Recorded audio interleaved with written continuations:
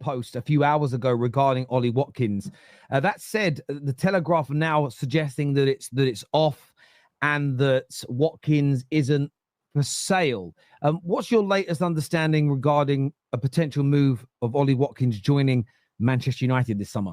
Yeah, I was getting a similar feeling from Aston Villa in the sense they don't really want to sell Ollie Watkins and they would never progress with the deal without finding a replacement. But it doesn't mean that the talks haven't happened. And naturally, reporting that Watkins isn't for sale and that was told to Manchester United only backs up our story from earlier that there were talks. So the clubs have been engaged. And once again, I come back to Alexander Isak. Newcastle say he's not for sale. Liverpool might still try, and so might Saudi. Wesley Fofana was not for sale. He still ended up joining Chelsea. Yohan Wissa is not for sale. Newcastle are trying for his signature. So I'm always wary about being that categorical personally. Villa's position now is that they either don't want to sell, or if they find a replacement, the valuation of Ollie Watkins is at £60 million.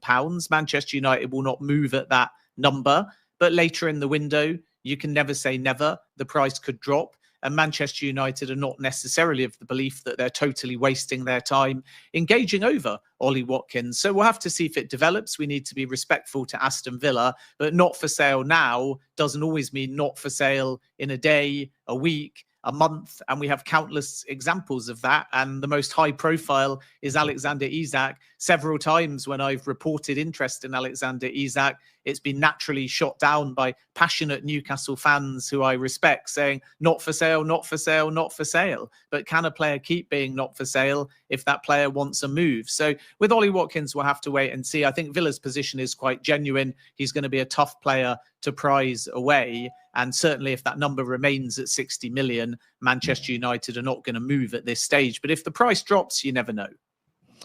Is there the chance here? I mean, well, actually, we'll come back to Garnacho in a minute. We'll come back to that conversation.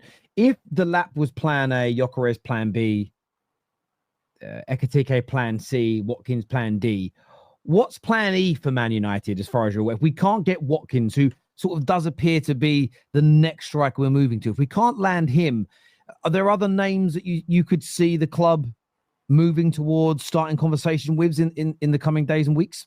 I don't think it's necessarily plan A, B, C, D, etc. with Victor Gyökeres. As far as I'm aware, it was Sporting offering the player to Manchester United, not the other way around. So Manchester United naturally had appreciation for Gyökeres because the manager at Manchester United used to manage him, but it never led to a bid.